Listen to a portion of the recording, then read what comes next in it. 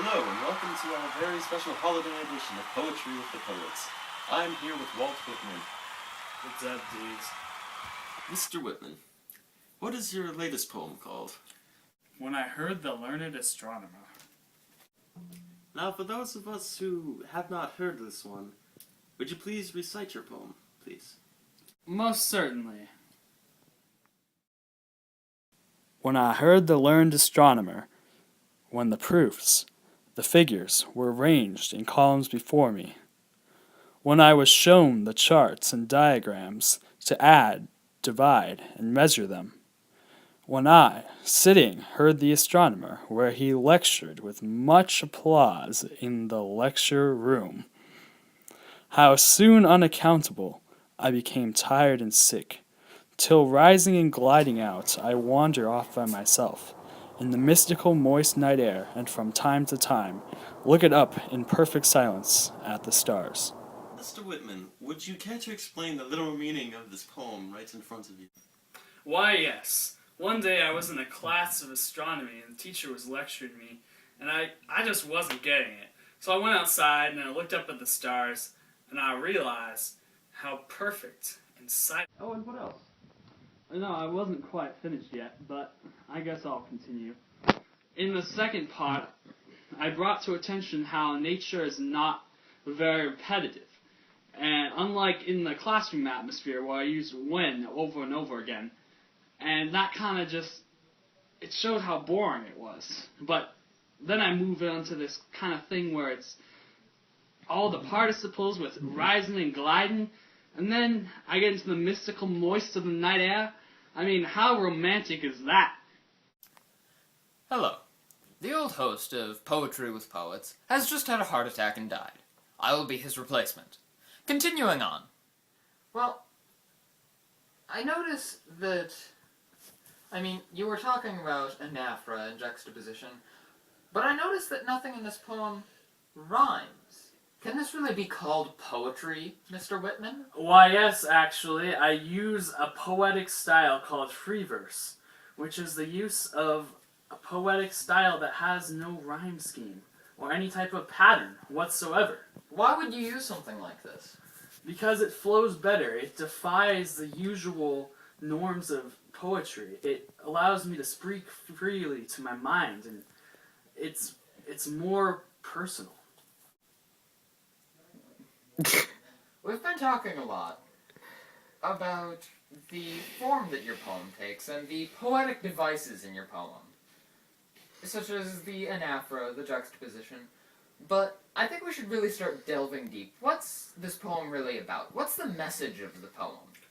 Well, I think what I was really going for is that science describes how things work and the structure of things, but it really doesn't get into the real essence and meaning of life. And that's why we go to nature to experience, to feel connections. And that's why I use more vibrant imagery in the second half of my poem as compared to the dull, boring naphtras in the beginning. It's just a way of describing things that's vibrant and beautiful and romantic. Oh, witty, that's such a transcendental thing to say. Wouldn't you agree? I suppose so. Well, this has been our holiday edition of Poetry with the Poets, with our guest, Walt Whitman. Thank you for having me, mister. Of course, Witty. Goodbye.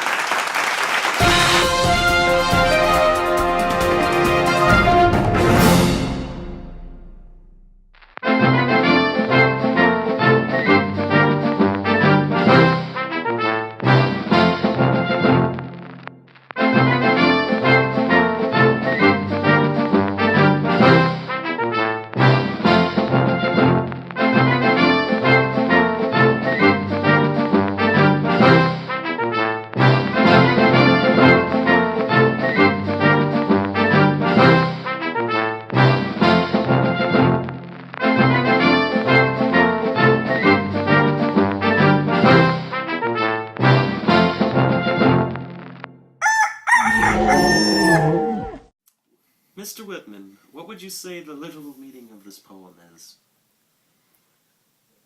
Being the Oh, scholar am I you in the are. shot? Dang it. Why am I in this shot? Just start over. You explain the literal meaning of this poem in front of your face. You see, when I was a young lad, I used to roam the city on my unicycle. So, Mr. Whitman, Yes. what would you say the literal meaning of this poem is? Well, one day I was walking... Damn. Mr. Whitman, Yes. what would you say the literal meaning of your newest poem is? Well, one day I was listening to... Stop laughing! Mr. Whitman, would you mind explaining what the literal meaning of your newest poem is on this piece of paper in front of you? Yes. Where the teacher was just going on and on and on, and using the word when multiple times just was the ultimate way to, ride my unicycle. Compared to the dull, boring NAFRAs in the beginning, it's just a way of describing things that's vibrant and beautiful and romantic. I'm gonna have a follow-up question. Then you started laughing.